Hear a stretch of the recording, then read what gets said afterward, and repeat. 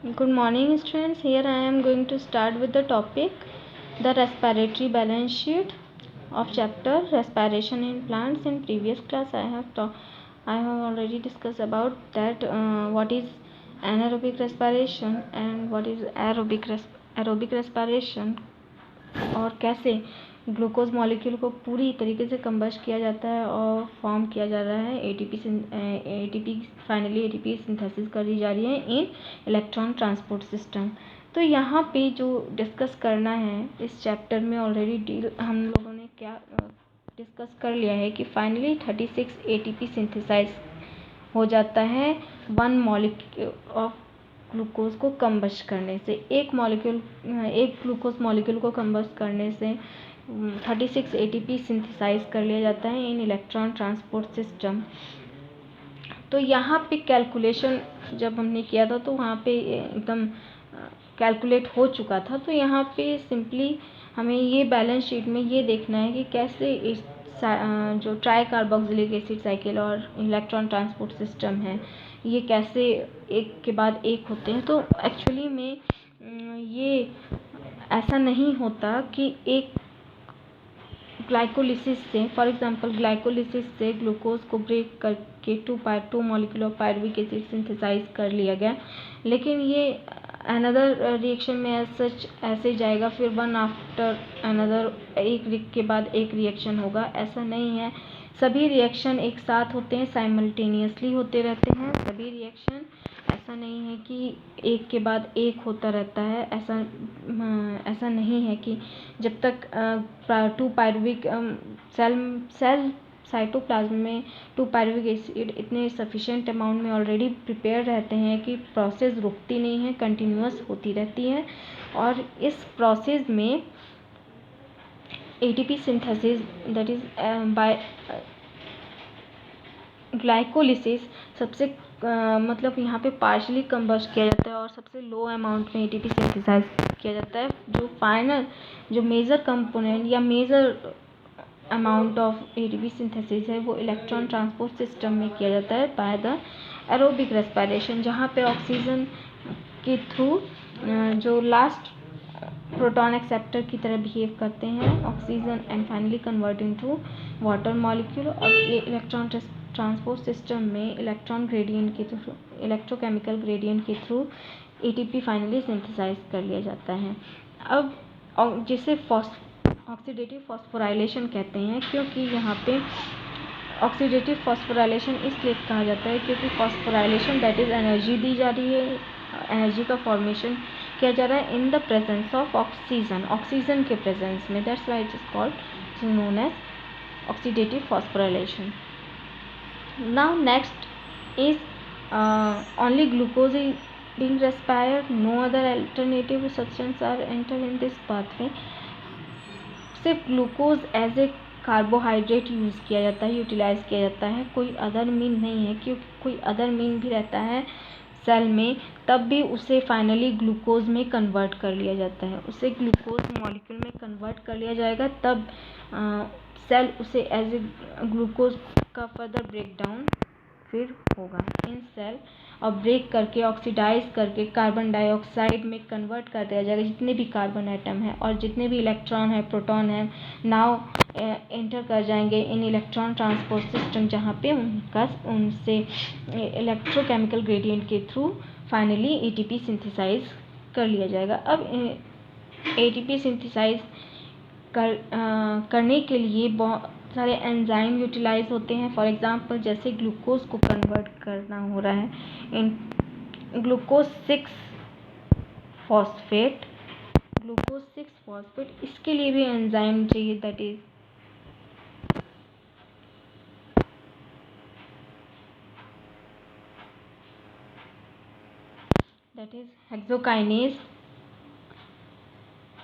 Hexokinase enzyme की ज़रूरत पड़ती है। यहाँ पे हेक्सोकाइनेज एंजाइम की ज़रूरत पड़ती है और फर्दर फ्रक्टोज 6 फॉस्फेट में कन्वर्ट करना होता है, दैट इज ग्लूकोज का आइसोमर है fructose, then fructose 6 phosphate in the presence of enzyme. तो एंजाइम कौन सा होगा? आइसोमरेज।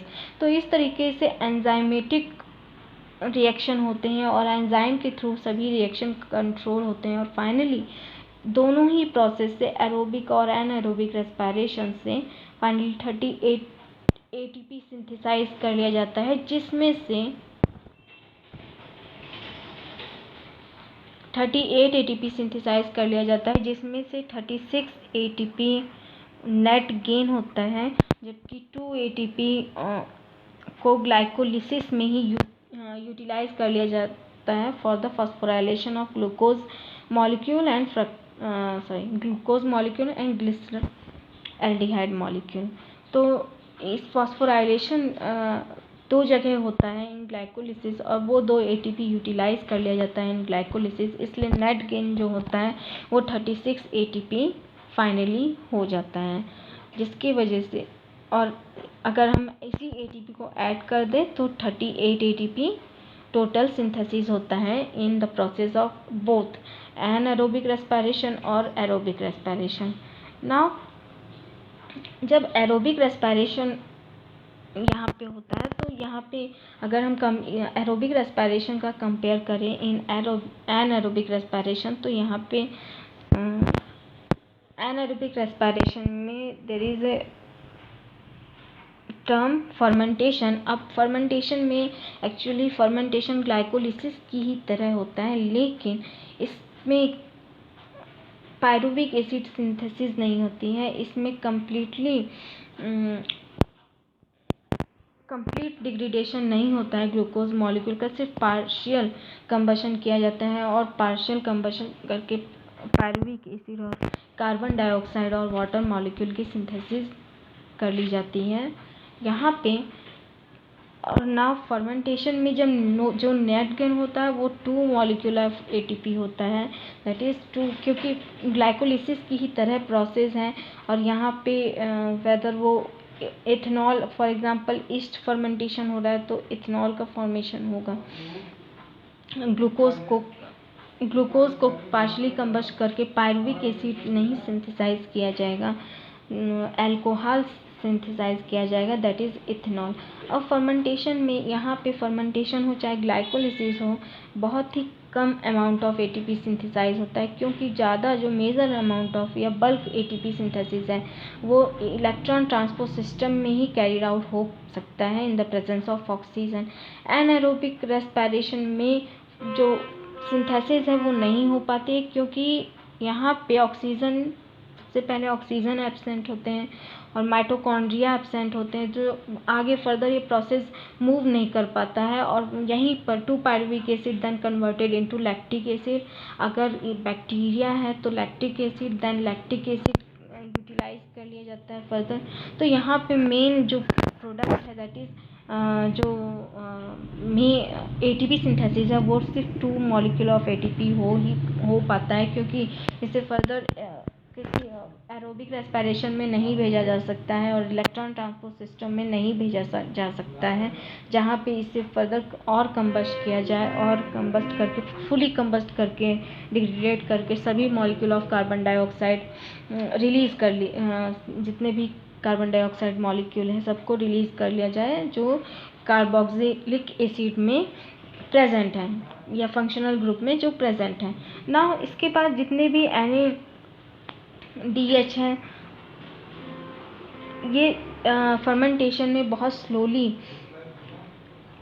ऑक्सीडाइज होते हैं, और एनारोबिक रेस्पिरेशन में बहुत स्लो ऑक्सीडाइज होते हैं, और एरोबिक रेस्पिरेशन में यहाँ पे इन the presence of different enzyme that is complex first and complex second and third से वहाँ पर फिर यूटिलाइज कर लिया जाता है, तो एटीपी यूटिलाइज कर लिया जाता है। लेकिन यहाँ पे फर्मेंटेशन में ऐसी कोई प्रोसेस नहीं होती जिसके थ्रू सिंथेसिस और एटीपी की सिंथेसिस हो सके। Now next topic is एम्फीबोलिक pathway. What is एम्फीबोलिक pathway?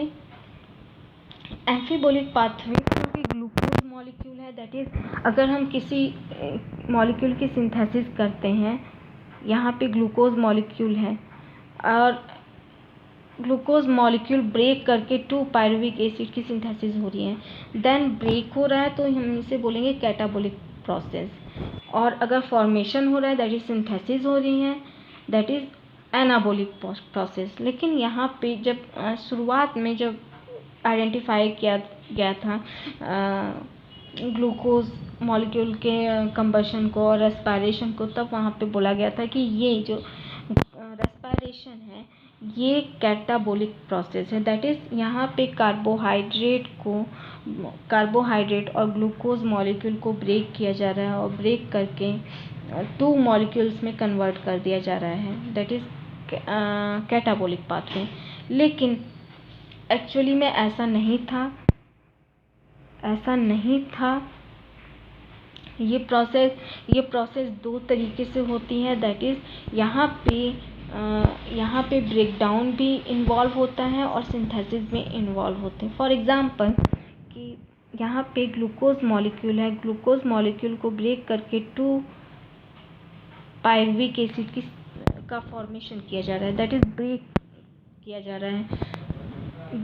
रहा है, देन इसे क्या बोला जाएगा, कैटाबोलिक प्रोसेस। लेकिन 2 पायरुविक एसिड है और 2 पायरुविक एसिड कन्वर्ट हो जा रहा है इन 2 molecule of pyruvic acid convert हो जा रहा है इन 2 एसिटिल कोएंजाइम में, 2 मॉलिक्यूल ऑफ एसिटिल कोएंजाइम में, फिर 2 molecule of acetyl coenzyme A, 2 molecule of acetyl coenzyme में, फिर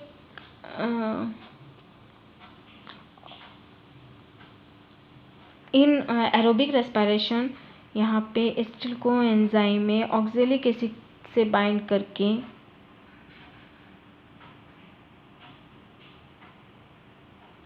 एसिटिल कोएंजाइम में प्लस ऑक्जेलोएसिटिक एसिड से बाइंड करके सिट्रिक एसिड की सिंथेसिस कर रहा है।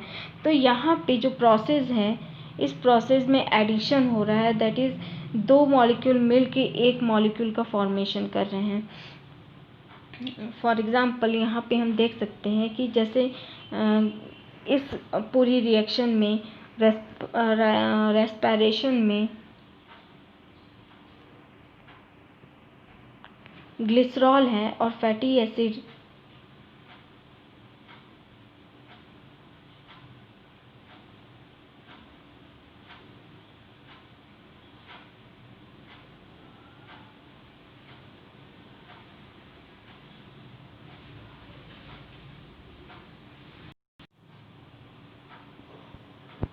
तो सबसे पहले इसमें ग्लूकोज मॉलिक्यूल को फर्स्ट कन्वर्ट किया जाता है इनटू पायरुविक एसिड।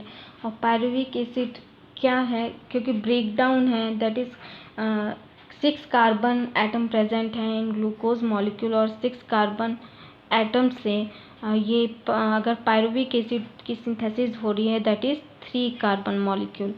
जो पायरुविक एसिड बन रहा है ये 3 कार्बन मॉलिक्यूल है। अब यहाँ पे सिंथेसिस हो रही है, यहाँ पे ब्रेक डाउन हो रहा है, तो ब्रेक डाउन हो रहा है दैट इज़ कैटाबोलिक प्रोसेस। अब कैटाबोलिक प्रोसेस है, यहाँ पे कैटाबोलिक प्रोसेस है, तो अगर एक जगह ये कैटाबोलिक प्रोसेस, लेकिन वहीं दूसरी रिएक्शन में इन क्रेब्स साइकिल जब एसिटिल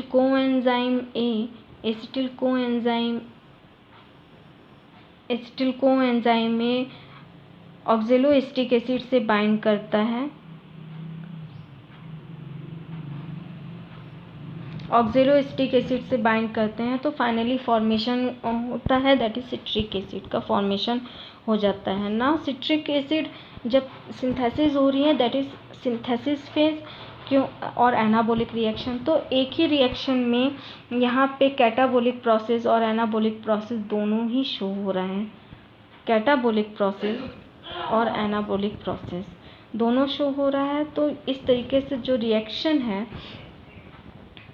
जो रेस्पिरेटरी सिस्टम है, तब ऑर्गेनिज्म को बोला गया, जो रेस्पिरेटरी पाथवे है जहाँ पे फैटी एसिड और एसिटिल कोएंजाइम में रेस्पिरेटरी पाथवे में लिया जा रहा है, और यहाँ पे रेस्पिरेटरी पाथवे ब्रेकडाउन और सिंथेसिस मतलब दोनों इन्वॉल्व हो रहा है, दैट इज़ ब्रेकडाउन और synthesis of fatty acid. That is एक तरीके से जो फैटी एसिड है ब्रेकडाउन यहाँ पे फैटी एसिड का हो रहा है और सिंथेसिस किसकी हो रही है, स्क्रैप साइकिल में डिफरेंट मॉलिक्यूल की सिंथेसिस हो रही है।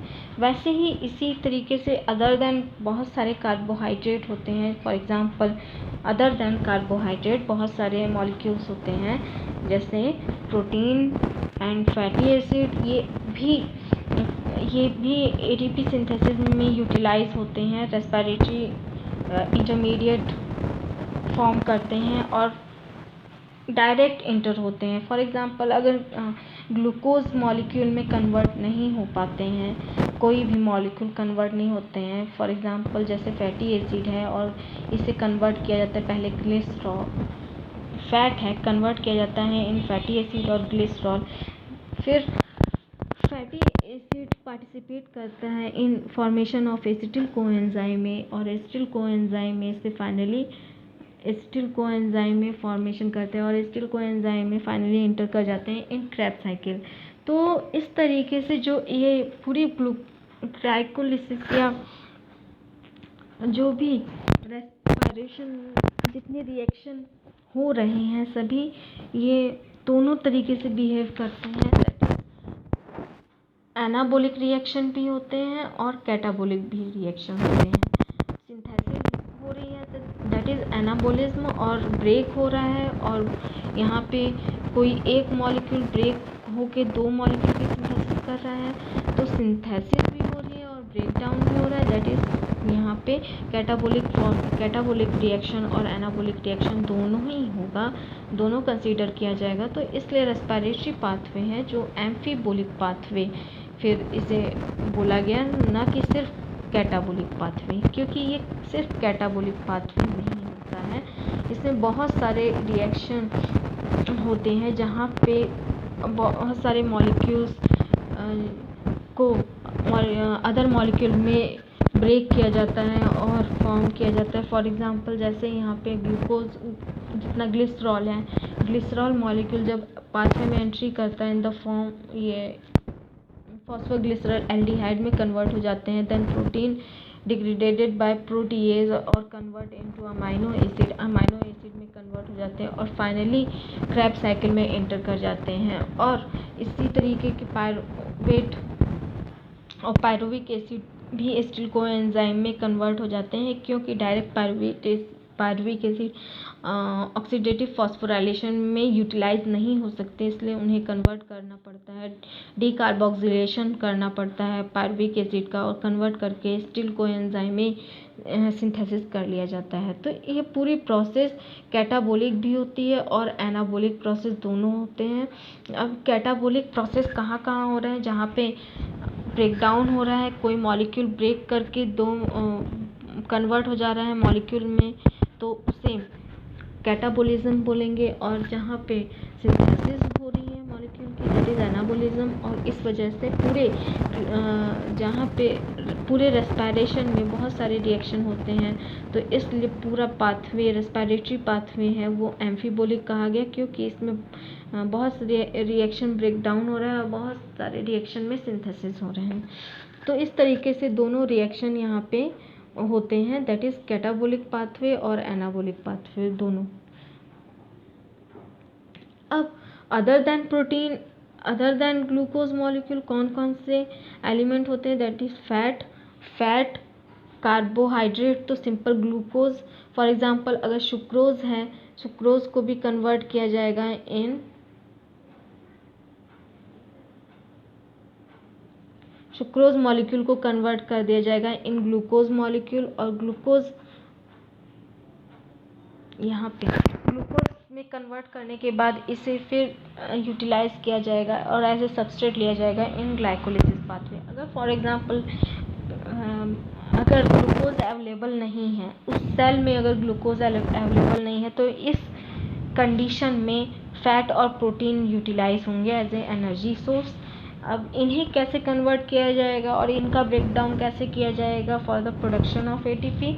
सबसे पहले फैट को फैटी एसिड और ग्लिसरॉल में ब्रेक किया जाएगा और ब्रेक करके इसे कन्वर्ट कर दिया जाएगा in tri hydroxy acetone phosphate, then phosphoglycerol या ग्लिसरल एल्डिहाइड 3 फॉस्फेट और फाइनली पायरुवेट और पायरुवेट से देन एसिटिल कोएंजाइम में और फिर फाइनली क्रेब्स साइकिल में यूटिलाइज हो जाएगा। और यहाँ पे पूरे जितने भी कार्बन डाइऑक्साइड है या कार्बोक्सिलिक एसिड है इन्हें यहाँ पे डिकार्बोक्सिलेशन हो जाएगा, that is removal of carbon dioxide. जितने भी कार्बोक्सिलिक एसिड हैं कार्बन डाइऑक्साइड के फॉर्म में रिमूव कर दिए जाएंगे। अब यहाँ पे अब प्रोटीन है तो प्रोटीन को ब्रेक किया जाएगा with the help of enzyme protease in amino acid. Amino acid को देन फर्दर कन्वर्ट कर दिया जाएगा इन पायरुविक एसिड।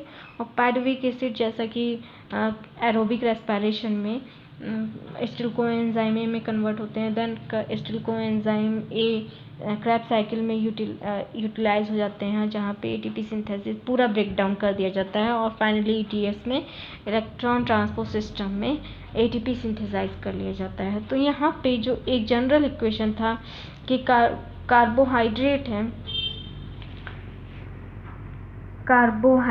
है in the presence of oxygen के प्रेजेंस में इसको फुली कंबस्ट कर दिया जाता है और कार्बन डाइऑक्साइड की सिंथेसिस प्लस वाटर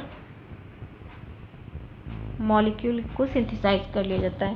तो इस तरीके से दोनों ही प्रोसेस में क्या हुआ कि वाटर जो कार्बन डाइऑक्साइड में ऑक्सीडाइज कर दिया जा रहा है, ऑक्सीजन को रिड्यूस कर दिया जा रहा है इन वाटर पूरी रेस्पिरेशन पाथवे में, और प्लस एनर्जी सिंथेसाइज कर ली जा रही है by the process of electron transport system. अब now what is respiratory questions. तो रेस्पिरेटरी क्वेश्चन में जितने भी हमने कार्बन डाइऑक्साइड या ऑक्सीजन कंज्यूम किए हैं या कार्बन डाइऑक्साइड इवॉल्व हो रहे हैं, रिलीज हो रहे हैं divided by the volume of oxygen consumed. For example जैसे कार्बन डाइऑक्साइड है, कार्बोहाइड्रेट है, यहाँ पे अगर कार्बन डाइऑक्साइड है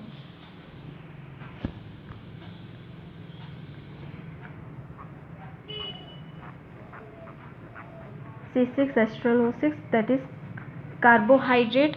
अब वन मॉलिक्यूल ऑफ ग्लूकोज को दैट इज कार्बोहाइड्रेट को कंबस्ट करने के लिए 6 मॉलिक्यूल ऑक्सीजन की ज़रूरत पड़ती है, 6 मॉलिक्यूल ऑफ ऑक्सीजन की ज़रूरत पड़ती है। और कितने number of carbon dioxide evolve हो रहे हैं, दैट मीन्स कि अब यहाँ पे 6 नंबर, अगर हम ऑलरेडी रिएक्शन देखें जो पहले से दिया हुआ रिएक्शन दैट इज C6H12O6 और इसमें 6 मॉलिक्यूल ऑफ ऑक्सीजन ऐड करते हैं तो पूरे के पूरे जो 6 कार्बन हैं ये कार्बन डाइऑक्साइड में रिलीज हो जाते हैं और ऑक्सीडाइज हो जाते हैं और फाइनली जो वाटर सिंथेसाइज कर लिया जाता है, 6 मॉलिक्यूल ऑफ वाटर सिंथेसाइज कर लिया जाता है और ऑक्सीजन रिड्यूस करके वाटर की सिंथेसिस यहाँ पे हो जाती है। तो इस तरीके से पूरा रेस्पिरेशन होता है। तो यहाँ पे वॉल्यूम ऑफ कार्बन डाइऑक्साइड कितने इवॉल्व हो रहे हैं, दैट मीन्स कि कितने रिलीज हो रहे हैं, और डिवाइडेड बाय जितने भी ऑक्सीजन कंज्यूम्ड हो रहे हैं, volume of oxygen consumed. For example कि अगर हम यहाँ पे रिएक्शन देखें तो कार्बोहाइड्रेट है, कार्बोहाइड्रेट को 1 मॉलिक्यूल ऑफ कार्बोहाइड्रेट को ऑक्सीडाइज करने के लिए 6 मॉलिक्यूल ऑफ ऑक्सीजन मॉलिक्यूल की ज़रूरत पड़ रही है। और फाइनली जो ऑक्सीजन या जो कार्बन डाइऑक्साइड यहाँ से रिलीज हो रहे हैं दैट इज़ इवॉल्व हो रहे हैं, जितने भी कार्बन है इन कार्बोहाइड्रेट इन्हें ऑक्सीडाइज कर दिया जा रहा है, उनका अमाउंट क्या है और डिवाइडेड बाय कितने ऑक्सीजन मॉलिक्यूल कंज्यूम किए जा रहे हैं for the oxidation of carbohydrate के सभी कार्बन को ऑक्सीडाइज करने के लिए कितने वॉल्यूम में ऑक्सीजन यूटिलाइज किए जा रहे हैं। अगर इस इक्वेशन से देखा जाए तो आंसर होगा that is 6 molecule of carbon dioxide. अगर कार्बोहाइड्रेट का अगर रेस्पिरेटरी क्वेश्चन हमें देखना हो तो 6 molecule of carbon dioxide evolve हो रहे हैं और हमने इस को इवॉल्व करने के लिए या कार्बन डाइऑक्साइड या कार्बोहाइड्रेट को ऑक्सीडाइज करने के लिए कितने मॉलिक्यूल ऑक्सीजन कंज्यूम किया है, that is 6 molecule oxygen consume किया है। तो आंसर इज इक्वल टू 1 होगा। दैट इज अगर कार्बोहाइड्रेट की बात करें तो हमारा जो रेस्पिरेटरी क्वोशेंट होगा वो विल बी इक्वल टू 1, वो 1 के बराबर होगा, हमेशा 1 के बराबर होगा, क्योंकि हमने रिएक्शन से ऑलरेडी देखा है कि 1 ग्लूकोज मॉलिक्यूल को कंबस्ट करने के लिए 6 ऑक्सीजन की ज़रूरत पड़ती है, और 6 ऑक्सीजन जब यूटिलाइज कर लिया जाता है तो हमें जितने भी इसके ग्लूकोज हैं तो 6 कार्बन होंगे, और 6 कार्बन डाइऑक्साइड के फॉर्म में इवॉल्व हो जाते हैं और ऑक्सीडाइज हो जाते हैं, और 6 वाटर मॉलिक्यूल सिंथेसाइज कर लिए जाते हैं। तो इस तरीके से सिंथेसिस पूरी होती है। तो यहाँ पे ग्लूकोज मॉलिक्यूल का, कार्बोहाइड्रेट का मॉलिक्यूल का respiratory quotient that is equal to 1 के बराबर होगा, हमेशा 1 के बराबर होगा। नाउ नेक्स्ट इज फैट का कितना होगा। तो फैट का रेस्पिरेटरी क्वोशेंट हमेशा 1 से कम होगा। रिएक्शन से भी देख सकते हैं, रिएक्शन में यहाँ पे दैट इज यहाँ पे कितने molecule of carbon dioxide evolve हो रहे हैं, 102 molecule of carbon dioxide evolve हो रहे हैं, और 145 molecule of oxygen 145 molecule of oxygen consume किए जा रहे हैं इस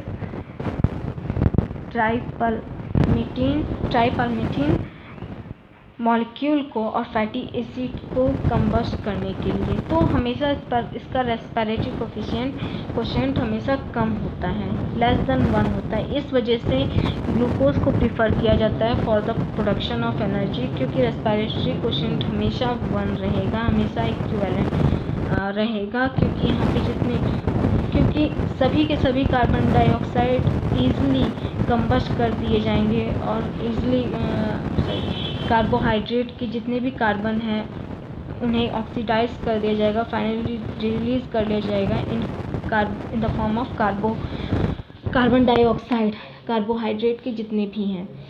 तो फाइनली जो ग्लूकोज मॉलिक्यूल है, यहाँ पे ग्लूकोज मॉलिक्यूल को कंबस्ट करना इजी होता है, और वहाँ पे कार्बन बॉन्ड को ब्रेक करना भी इजी होता है, और कार्बन डाइऑक्साइड में ऑक्सीडाइज करना भी इजी होता है अगर फैटी एसिड से कंपेयर करें तो यहाँ पे एनर्जी भी यूटिलाइज इतनी नहीं होती है, क्योंकि कंबस्ट करना मुश्किल होता है, क्योंकि रेस्पिरेटरी इक्वेशन से देख सकते हैं कि रेस्पिरेटरी कोफिशिएंट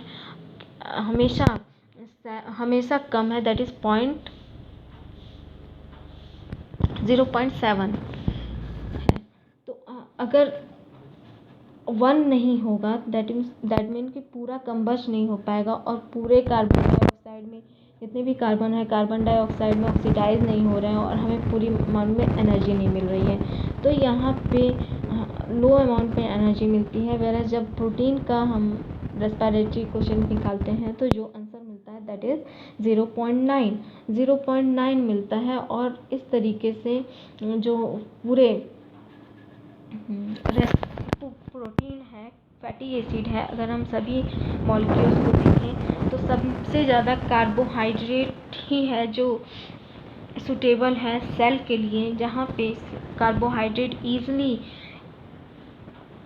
कंबस्ट किया जा सकता है, और ईजिली कार्बन डाइऑक्साइड में ऑक्सीडाइज किया जा सकता है, और कार्बन बॉन्ड को ब्रेक करके एनर्जी यूटिलाइज किया जा सकता है। तो इस तरीके से सिंथेसिस की जा सकती है ना। अब यहाँ पे जब पूरी प्रोसेस कंप्लीट हो जाती है तो जितने भी एनिमल हैं और प्लांट्स हैं, सभी में कार्बोहाइड्रेट ही यूज़ किया जाता है एज ए एनर्जी सोर्स। कोई और मॉलिक्यूल नहीं यूज़ किया जाता है। अगर कार्बोहाइड्रेट सफिशिएंट अमाउंट में है तो सबसे ज़्यादा कार्बोहाइड्रेट को प्रेफर किया जाएगा रदर देन फैट और प्रोटीन मॉलिक्यूल, क्योंकि प्रोटीन और फैट रेस्पिरेटरी इनका कोफिशिएंट बहुत ज़्यादा कम होता है, और इसे कभी भी यूज़ नहीं किया जा सकता है। फैट को यूज़ किया जाता है, लेकिन बहुत ही इसको फैट को कंबस्ट करने के लिए और ब्रेक करने के लिए for the production of enzyme, for the production of ATP. और यहाँ पे डिफरेंट जो एंजाइम यूटिलाइज होते हैं, इनके भी यूज़ के लिए बहुत ज़्यादा एनर्जी चाहिए होती है और हमें जो रिज़ल्ट होता है उसके कंपैरिजन में कम मिलता है। तो इस वजह से फ़ैट को भी एज ए एनर्जी यूज़ नहीं किया जा सकता है। तो यहाँ इससे ये फाइनल टॉपिक था। यहाँ पे चैप्टर ख़त्म होता है। Next chapter in next class.